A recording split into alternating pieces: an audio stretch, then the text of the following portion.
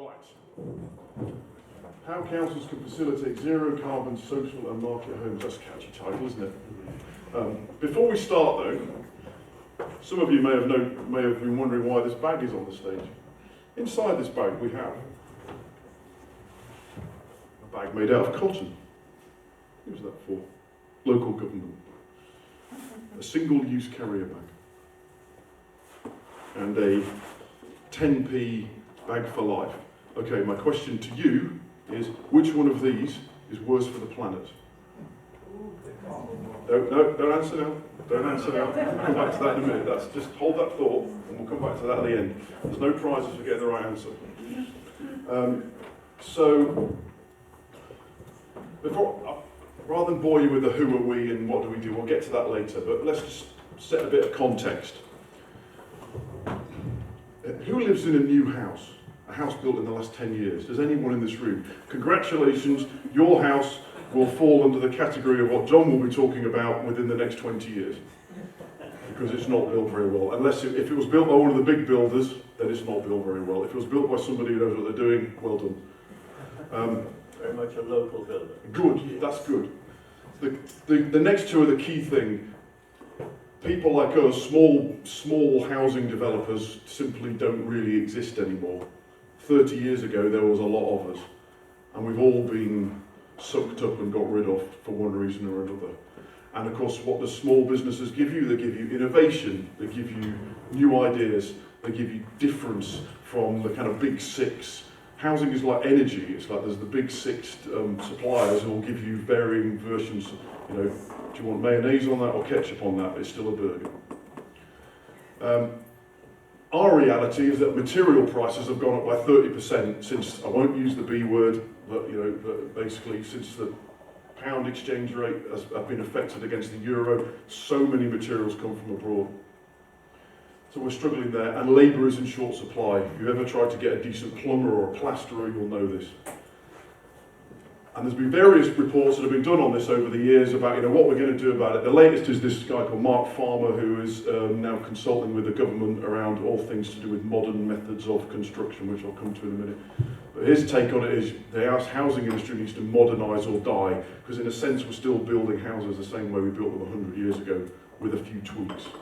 And the comparison I always use is, how many of you own a car and know where it was built? Does anyone own a car that was built on their drive by a bunch of people who have never met each other before, in all weathers, and it works absolutely perfectly? Of course not, but that's how you build a house, and that's why they don't work very well. So, is there an election on? Suddenly everyone's desperate to talk about the environment, which actually is a thing, because it wasn't that long ago when that wouldn't really feature. I know all the major parties, and even all the smaller ones, are all saying we recognise this is a major problem. Committee on Climate Change saying no new houses, that's the government's committee, saying no new houses connected to the gas grid by 2025. That's pretty radical stuff. And we're talking about net zero carbon emissions across the whole country and the economy by 2050, and other parties want to go quicker. And you've got organisations like, say, Derbyshire County Council is a good example of it, saying we want our oil operations to be net zero by 2032. So you can clearly see there's an agenda emerging there. You might have seen that one at the top left there, Goldsmith Street. This was the council housing scheme, the Passive House council housing scheme in Norwich, which won the Sterling Prize. Passive house is a term some of you might be familiar with, basically the Rolls Royce of house building, and I'm here to advocate that that's not a good idea. Slightly controversial. Okay. We all own washing machines, these sort of things like that. They have those little EPC symbols on, and if you buy a washing machine now, it'll be A+++, or something like that. There are 15 million EPC certificates, energy performance certificates of housing in England and Wales. You can download them. It's a 3.3 gigabyte file. I hope you have a fast broadband connection. It crashed my computer 3 times the other day. In the last 11 years, only 1% of everything that's been built in this country is A-rated for energy. Of the whole housing stock, 0.15. That is pitiful. And there's no excuse for it. is my take on that. So, it's just fallen off. So nationally 1%, in Derbyshire 0.37% of everything built in the last 10 years is A-rated.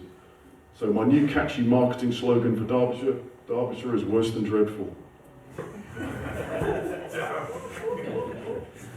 But all joking aside, you can download that is the number crunch thing. You download that. In Bolsover, they haven't built a single A-rated house, not one. Wow, that's quite scary. So who are we? Hey, we're from Nottinghamshire. Although, to be fair, it's my wife and I, Trish, over here, we run the business together. Trish is a whole family from Chesterfield, so we're very much as Derbyshire as we are Nottinghamshire. And this is our thing. We only build to A-rated standard, only build to the top 1% in the country. I'm not saying this to show off or anything like that, it's just that why wouldn't you if you were starting from scratch? And the whole idea is to say you can do that and build a house and therefore sell a house for the same kind of price that the big developers are building for and selling for on the way. It's nothing different about that. There's no premium for it being eco. It's just a normal house. So if you can buy our house and save yourself a fortune on your energy bills, why would you want to buy one from Barrett's or Persimmon and other big builders are available? This is the important bit. These are the ones we did in Chesterfield, and hopefully you can see their energy bills of those little 2-bedroom houses, 76p a day. And we were aiming for £1. The £1 a day house was my kind of marketing slogan, and we've got 76p a day. And the ones in William Street North, slightly larger houses, but again, they're also a £1. Yeah, I'd recommend go and have a look at this. It's quite, I wouldn't say that, wouldn't I? It's quite a fun place to go to, just at the corner of Old Whittington. Old working men's club on that site, which had long since been knocked down, and we've turned it into something useful. And lots and lots of techie, blurby stuff up here, but this thing about almost passive house. So it's just a very, very, very, very, very good house. This thing about air changes is very important. It's like if you live in an older house, basically the house is so badly built that it naturally ventilates itself. If you live in a more modern house, you've got the worst of all worlds. You've got a house that's built slightly better and is full of double glazing, but doesn't ventilate. So you can have all the heating in the world, but you'll end up with loads and loads of condensation if you can't actually move the air around the house. You have to mechanically move it around. And this is the one we've just recently finished. This was an old children's home site in Nottingham, in the middle of Top Valley, which, if any of you know it, is a massive council estate built in the early 1970s. What was interesting about this was that the deal with the council was they said to us, we'll sell you the land on the condition that you build super duper energy efficient houses. And the reason they said that is because I asked them to put that in the contract. So that that's a key thing, that when councils own land, they can dictate what goes on it. And I find them quite reluctant to actually use that.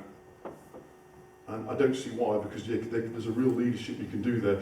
And you see, we've got first-time buyers, we've got one family in there, and we've got somebody downsizing. It was a really nice little scheme. But all of these schemes, lovely though they are all IKEA flat pack type houses. You know, they all come on the back of a truck, and there's a big crane arrives, and they all put them up. But where it gets really exciting is when the entire house is built in a factory. So these houses are modular houses, modern methods of construction, MMC. They are built, completely built in a factory, and the entire house is brought on the back of a truck and plonked down. So all those 9 houses will be erected in 3 days. So why does that matter? Well, the quality is massively high. Think about it, if you've got a car production line, you can do it well. If you're building your car on your drive, the chances are it might not be quite so good. The quality of these things is incredible. That's not just in terms of the fixtures and fittings, but in terms of the way it's built, that it'll built to last. You know, the steel frame that's built on will last for 250 years. You know, you've got mortgage certification on these, you've got all the things that you could possibly want. And you'll hear a lot about the thing about MMC, and you know, we're going with the Ilka system, which comes from the old Yellow Pages factory, and where they used to print the Yellow Pages in Knaresborough. And there's an interesting allegory for our times, isn't it? Print dies and they build houses instead. Others are available, of course, but it's a tricky market at the moment because there's lots of people trying to get established, and it's a very expensive exercise to do. But when you've got the big international investment banks throwing money at it, Goldman Sachs, for example, is sticking 75 million into Top Hat, which is based in Derbyshire. I think, was it slightly into Staffordshire, I can't remember, on the A50. Then clearly something quite exciting is going on. And this thing about manufacturing, not construction, is really important. You've got to stop thinking about it as building something and hoping it'll be good enough, and say, no, we can build it to absolutely precision tolerances. And if you can build to precision tolerances, you can build it to the kind of levels of energy efficiency that you want. You cannot do that with a conventional house. So this is what we're aiming for, and that's what it looks like. It comes on the back of a truck, goes. So from a disruption point of view, if you live next door to one of these sites, the disruption, you don't have endless white vans all parked up on the street and lots of grumpy builders. You get these guys turn up and they're in and out, and if you've been on holiday for a week, you'll be like, where do those houses come from?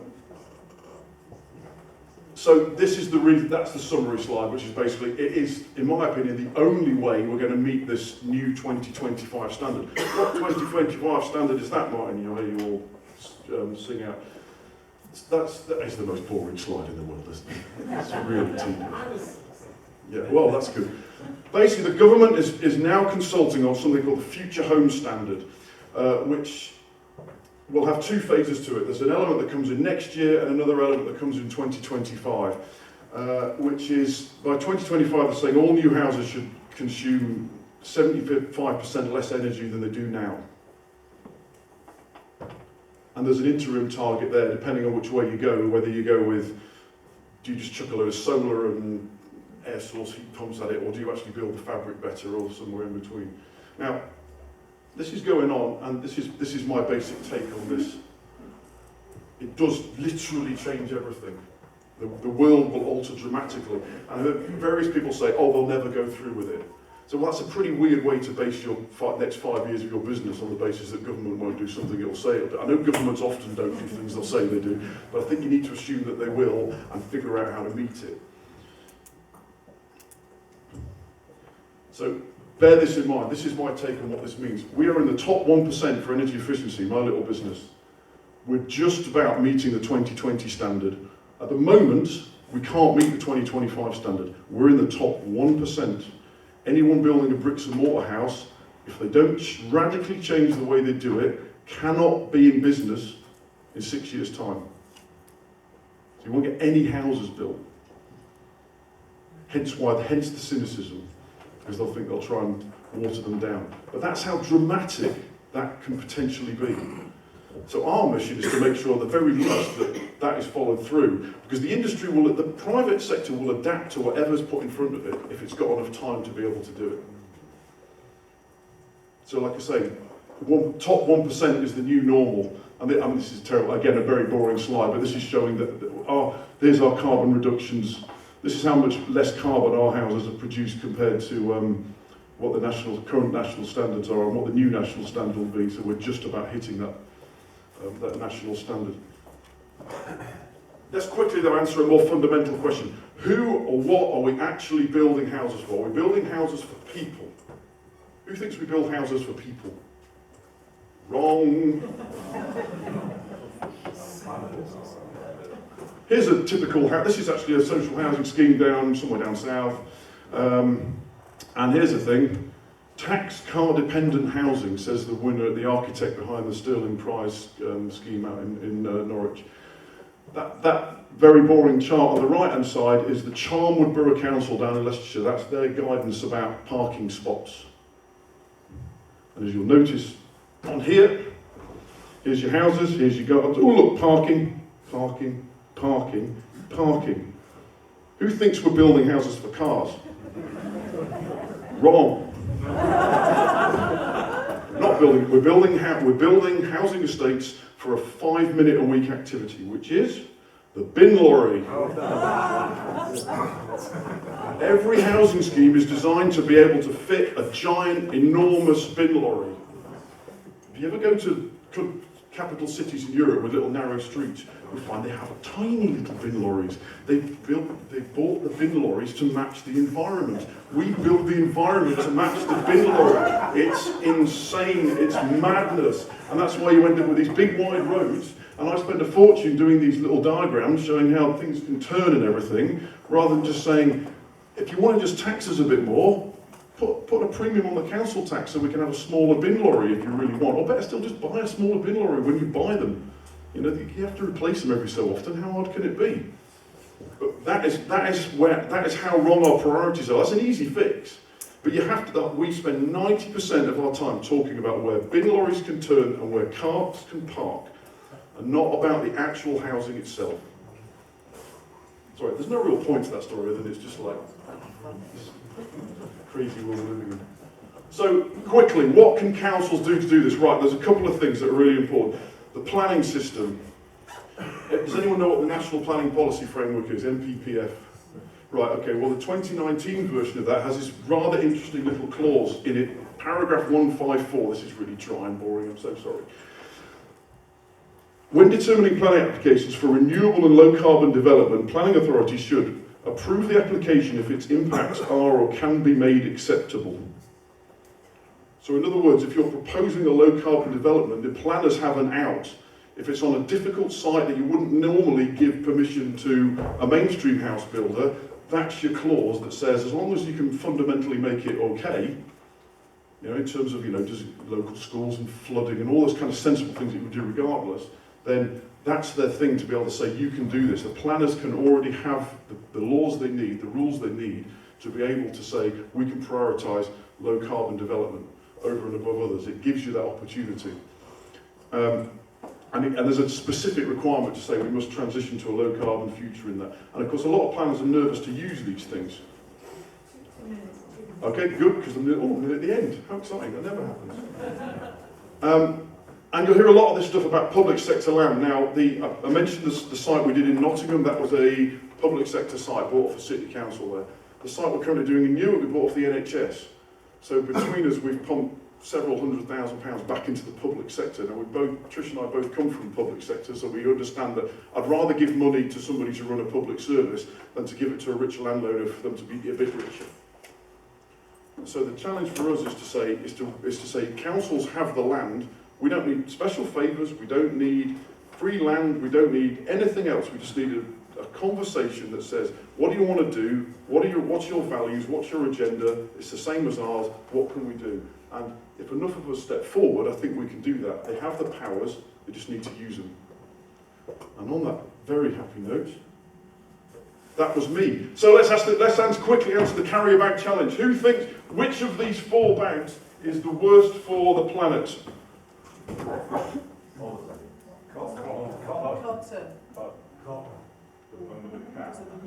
Which one Can we have a show of hands for the single use? Which one thinks the single-use plastic bag is the worst thing for the planet?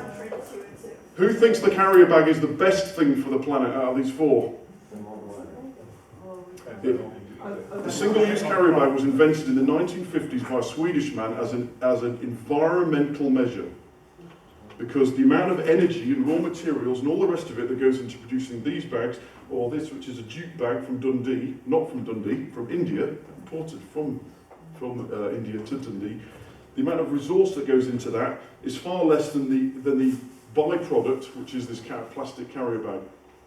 And that's a very controversial point and probably not true, but it does not get the brain working. But in many ways, the worst bag in the world is this one, the bag for life. Because what people do, of course, human behaviour being what it is, you end up using this for the cat litter or in the kitchen bin or whatever those things, and this ends up being a single-use bag, only it contains five times as much plastic.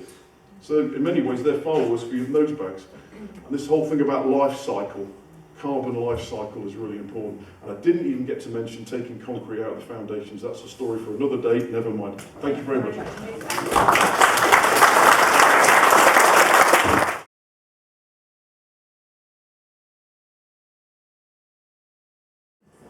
Good morning, thank you very much. I apologise now if I sort of burst into a kind of coughing fit. So it seems, I think the last time I spoke in Matlock was 2 years ago, and exactly the same thing happened then. So I think The kind of moral of that story for me is probably avoid Matlock, but anyway, there we go. But thank you for inviting me. Yeah, probably not fair to say that I try and maintain a low profile as far as my CPRE activity is concerned. I work as a planning consultant.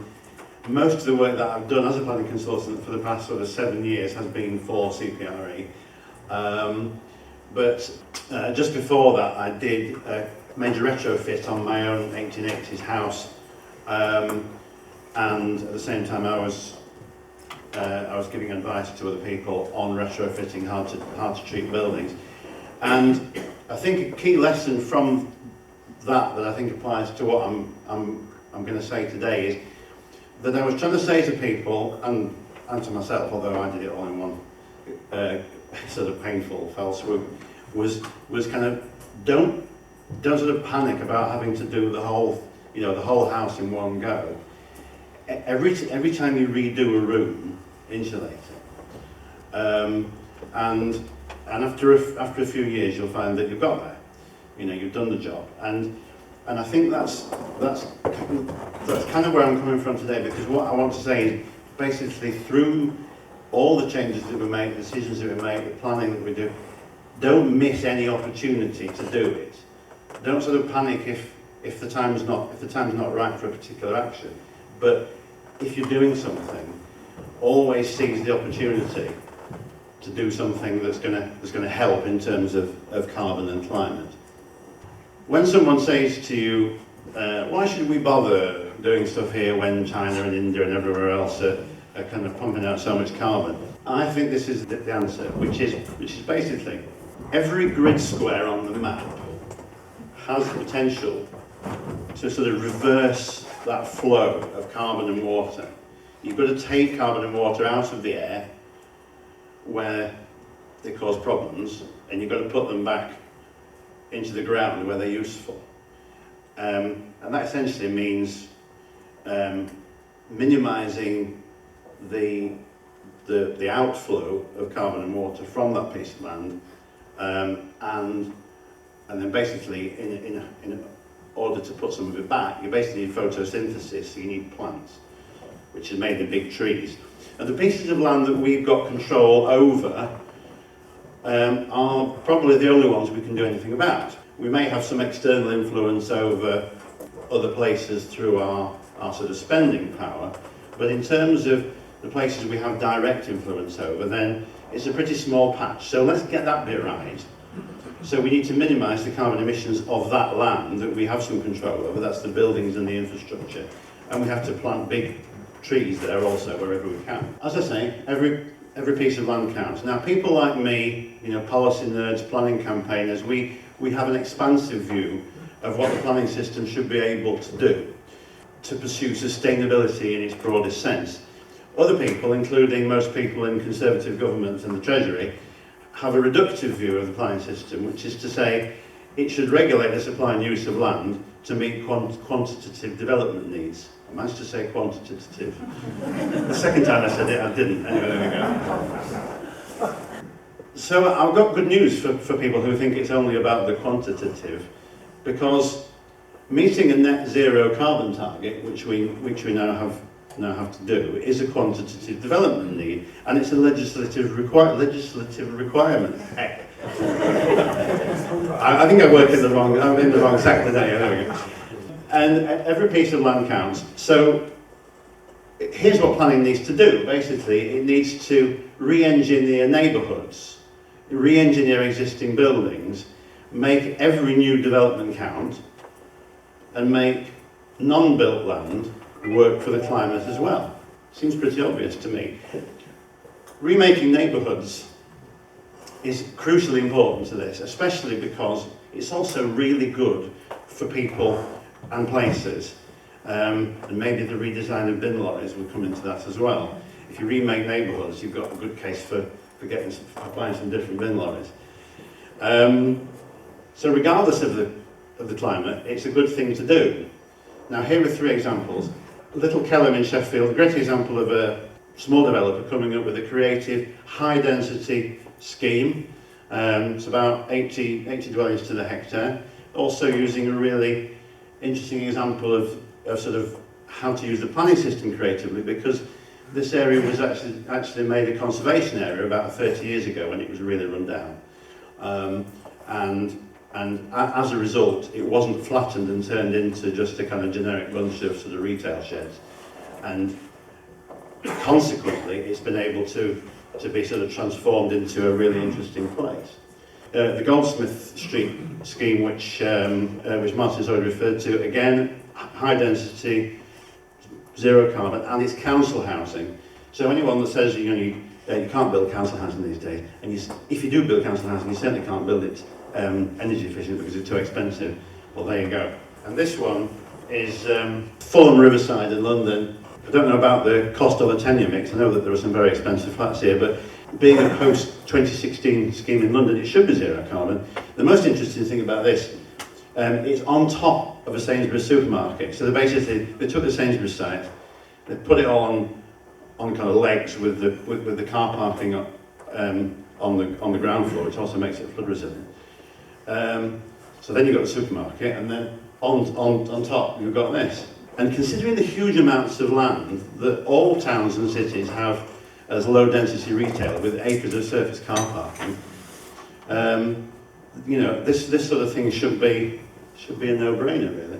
The issue I have with that is, okay, there's some great schemes here, but they're exception rather than the norm. What do we do to really change things? And it really comes down to, the text's a bit small here, but it really comes down to regulation and policy. So the National Planning Policy Framework has the hooks. Martin's already referred to that. There's nothing in NPPF that stops you from approving or encouraging low carbon housing. And local authorities do actually have a statutory duty to ensure that their plans address climate change. Obviously, now we've got climate emergencies, 2/3 of local authorities have already signed up to that. This graph is my attempt to show the role of local plans. Almost all of the decarbonisation that's happened so far has been the decarbonisation of industry. The homes sector has stayed virtually constant over that period, and the biggest problem we have is with transport. Now, transport, industry, homes, and carbon sequestration through planting trees are all things that the planning system can and should have control over, have some control over. And the current cycle of local plans take us to the mid kind of 2030s, the effects of new things like electric vehicles to kind of make a difference isn't going to kick in until after that period. So all the stuff that we do now has to be before those technological transformations can come in. The problem is, I don't know of a single local plan which has been adopted in the past few years that actually has a meaningful carbon reduction target in it. And the Doncaster local plan was just published for consultation earlier this year. It barely mentions carbon, and I think that's basically negligent. To bring it specifically to homes, we're currently still building homes that are way too inefficient. We've already heard that, and if we continued with the current averages, then basically by the time we get to that sort of mid kind of 2030s period, the carbon footprint of the housing sector will virtually be the same as it is now. Hence, back to remaking neighbourhoods, we should be planning for retrofit. Really, we should be planning for the infrastructure requirements of a mass retrofit programme. Properly insulated homes need a fraction of the energy supply, so that would have major implications for the energy supply infrastructure. Making neighbourhoods more dense, much more dense, so that they can support walkability and allow us to make more journeys without cars, and a very big increase in tree planting. Basically, you need big trees. You need to harness new developments as an opportunity for that. So what's stopping us? Well, it doesn't help that we've had about 4 million planning ministers in the past. There's basically no consistency here. I think it's easy to blame the government, but in this case it's fair, you know. Most UK governments aren't keen on planning.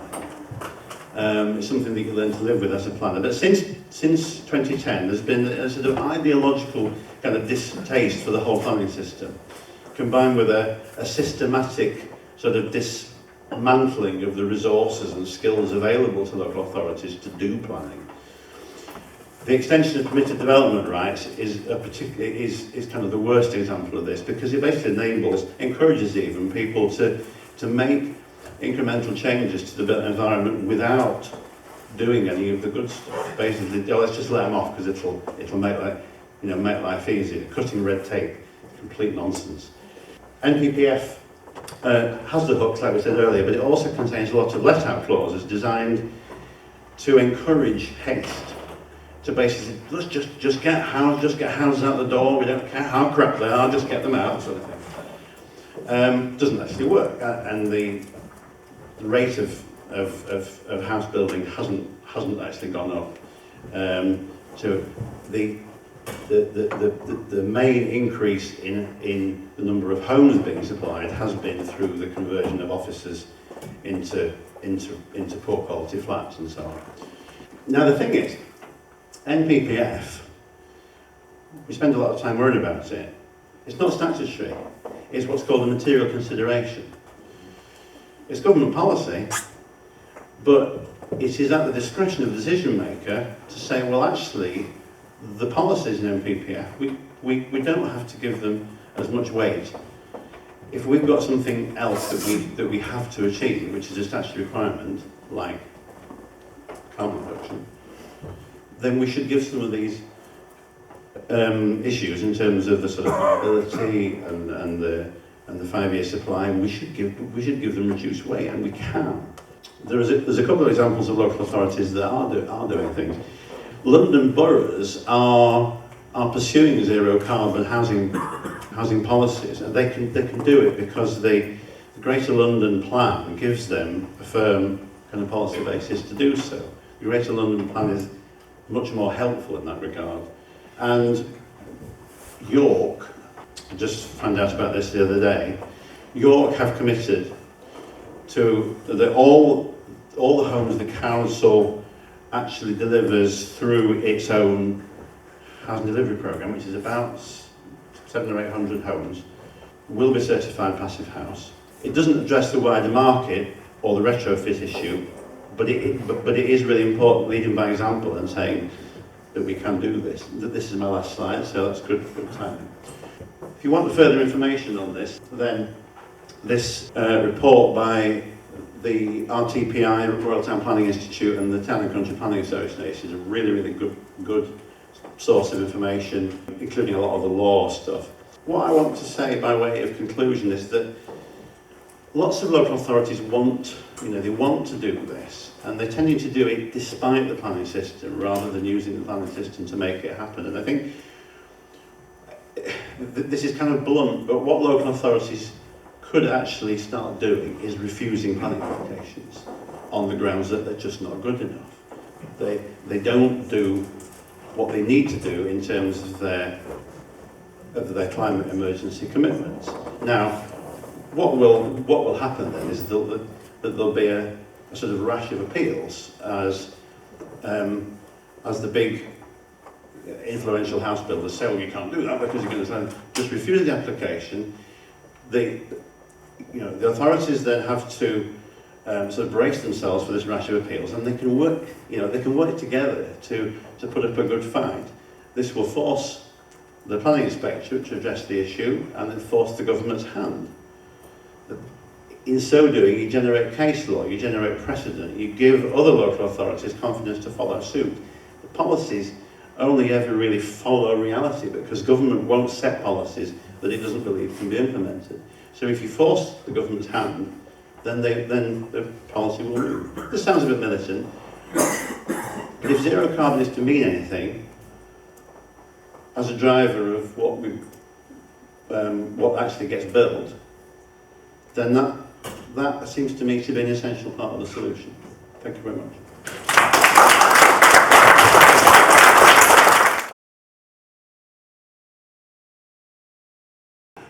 Yeah, so 2050, zero carbon.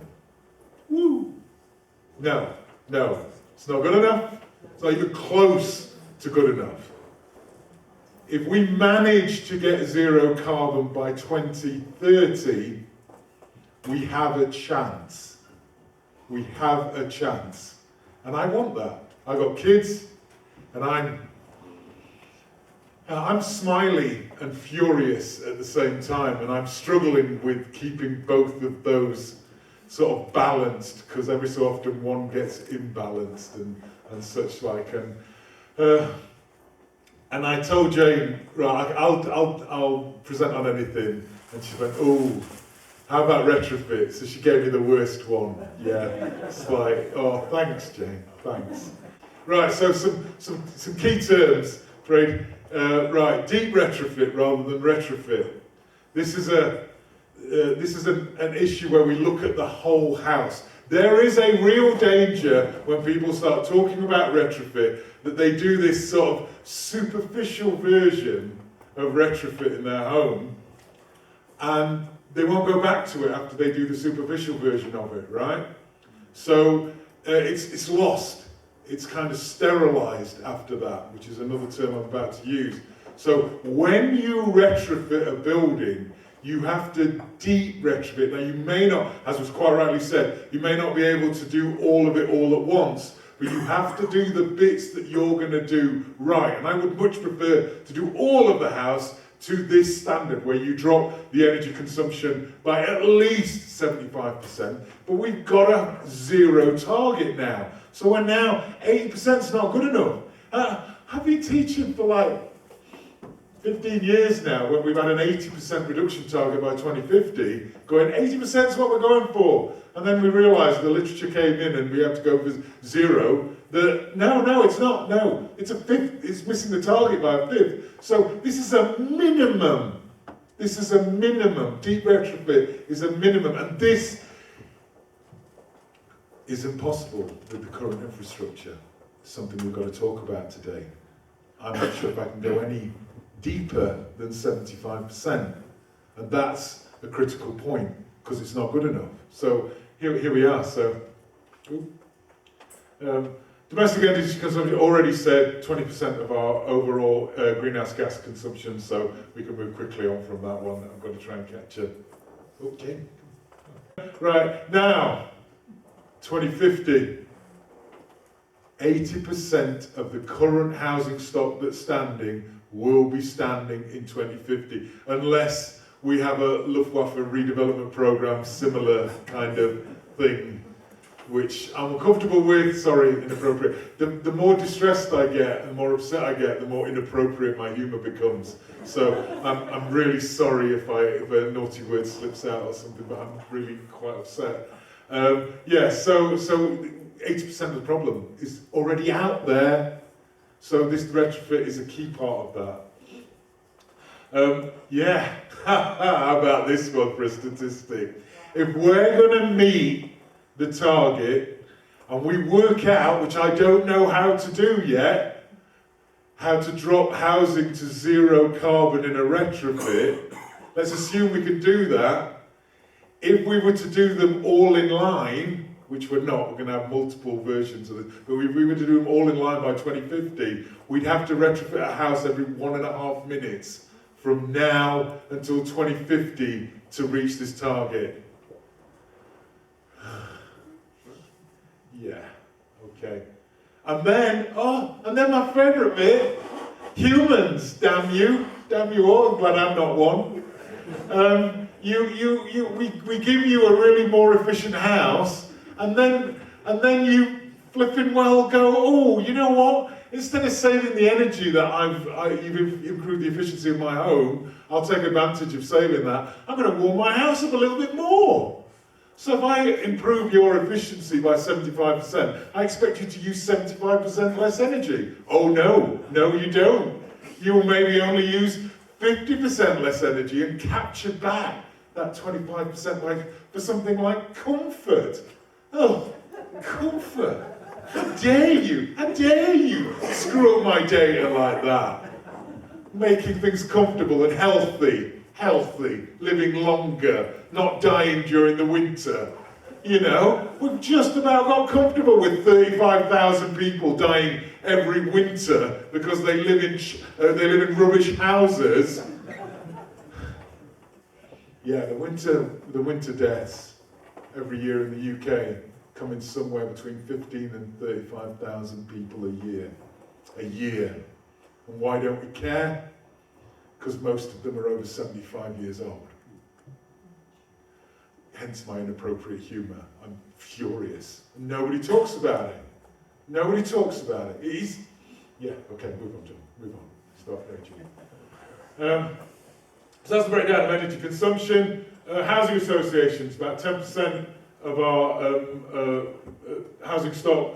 Local authorities, 7%. So if we're going to learn how to do this zero carbon, which we don't know exactly how to do yet in Retrofit, I think it's a great idea. The housing associations were leading the way with what was called the Code for Sustainable Homes in 2015, and they've got some of those skills, and we've got builders that have got those skills, and it would be a great place to start, because those are where we tend to have our vulnerable people living as well. So, you know, let's save some lives. But also at the other end of the spectrum, the wealthy end, wealthy people, quite tight as a general rule. Yeah? I think if you offer them, say, 1.5, 2 grand a year, it doesn't matter that they won't notice, you know, they get an extra holiday, which is often what happens. But we can get them to change too, so we can do both ends. My concern is that middle class group that don't have a lot of money or are not being supported by these people. So yes, we'll talk about that. So this is how we use energy. The electricity is the orange band, which doesn't really change. A little more lighting in the winter, that's why it goes up a bit in the winter. A little more plant being used, but the heating, oh my goodness, you can see, kind of crazy, and that's where 80% of our energy gets used. Now we're going to have to, Jane, if you just flick through all of those, just bring them out, all of them. So the amount of carbon in our energy has been reduced, fantastic. Boilers, as we said, gas boilers going to be banned in 2025. Everyone's like, how are we going to heat our homes? I'm going to put forward this argument, maybe we shouldn't. Maybe we should build houses and retrofit houses so they don't need a bloody heating system. I built my first zero heating house for the same price as it cost to build a house at that time, so no heating system at all, 20 years ago. A bad year in those houses is 30 quid a year on their bills. They were built 20 years ago. We know how to do this, and you don't have to heat our homes. We don't live in Alaska or northern Denmark or Finland where you really can't get away with a bit of heating. We live in a country that has a beautifully benign climate of a low temperature of is 5 degrees. When I'm at the bus stop and it's 5 degrees, everybody's like, oh my God, it's so cold. And it's like, no, it's not. My sister lives in Alaska where they complain when the temperature rises up to -20 because ice becomes slippy at -20. If it's colder than -20, it's like gravel. And so when you drive on ice at below -20, is that humans shouldn't live there, but it's complicated to live there. But we don't live there. We live in a country that 35 degrees is extremely warm and 0 is extremely cold. So we've got to design a building that can run between a 30-degree gap and to hold somewhere between 17 degrees and about 24 degrees. That zone, the World Health Organization says you generally don't die early if we can hold you in that temperature. And I can do that. We can do that. We've done that. We do it all the time. just nobody listens to us about making it a standard. So, yeah, and then of course what brought me into all of this, because I started as a town planner and then went into climate change because I don't want to die. Fundamentally, that's how it comes down to. The world's on fire or underwater, and they're not in the same places, which would be cool, wouldn't it? The world caught fire and then went underwater, at least the fire would go out. But no, it happens in different places, doesn't it? So it's just a pain. But no, I want to work on is fuel poverty. The fact that people are dying because they can't afford to heat their home, or people have to choose whether to feed their children or warm their house. That's real. Those are the people I used to work with, and those are the people I want to work with, and those are the people I want to build these houses for. Not to save the world, but to save people from living in abject poverty. Because if you build a fantastic house, within reason, it doesn't matter how poor they are, at least they're healthy in their home. And that's just such a wonderful, I just love it. That was why I got into all of this. Thanks, Jane. Let's go. Yeah. So, social housing. 4.5 million houses. Huge opportunity. They were almost zero carbon in 2015. They were ready to go. Zero carbon houses. Only zero carbon houses 2016. George Osborne had a meeting with all the volume house builders and went, yeah, sod it. We're not going to do that anymore. The year before it was going to happen. If you want to rage at somebody, we almost did this. Yeah, okay. No, John, back away. Wider benefits. If you deep retrofit a house, it means you don't have to generally touch that house again for about 30 years. For housing associations, for local authorities, that's a real cost saving. Because it's a pain in the arse to go into houses to do maintenance. And if you deep retrofit that house and it's viable like a new house kind of, but better, you get 30 years. And that's worth some real money. Deep retrofit, huge employment costs. So if we start building houses in factories, some people are concerned, oh my God, what are we going to do with all the people who currently build houses brick and block? All these young men and women who I train in the university. Yeah, what we're going to get them doing is deep retrofit whilst we build the new houses in factories and drop them on site. It's brilliant. This is our moment. This is okay. We can do this. And there's the EU Investment Bank if we're part of the EU, maybe, which will give you a grant at 2.5%, which is nice. That is nice. There's a problem, right? People don't want zero energy. I don't know, I'm a Yorkshireman, sorry, I've come over from Sheffield, so I'm tight, yeah? And that's just, it's a sad truth. But for some reason other people go, oh, I don't really like the look of that house. It's like, but it's 2.5 grand less a year. Yeah, whatever. Oh, you're obviously not a Yorkshire person. There is no effective policy. Our government has let it go. It's just like the market will say whether or not it will do this. So, yeah, very high, £75,000 a house. This is the bit. And it's still seen as experimental. Right, next one. I'm running out of thingies. So this is a group that I've been working with 20 years. These are the houses that I was involved with 20 years ago. It's a terrace of 5 houses, bungalows, lifetime homes, 30 quid a year. No heating at all.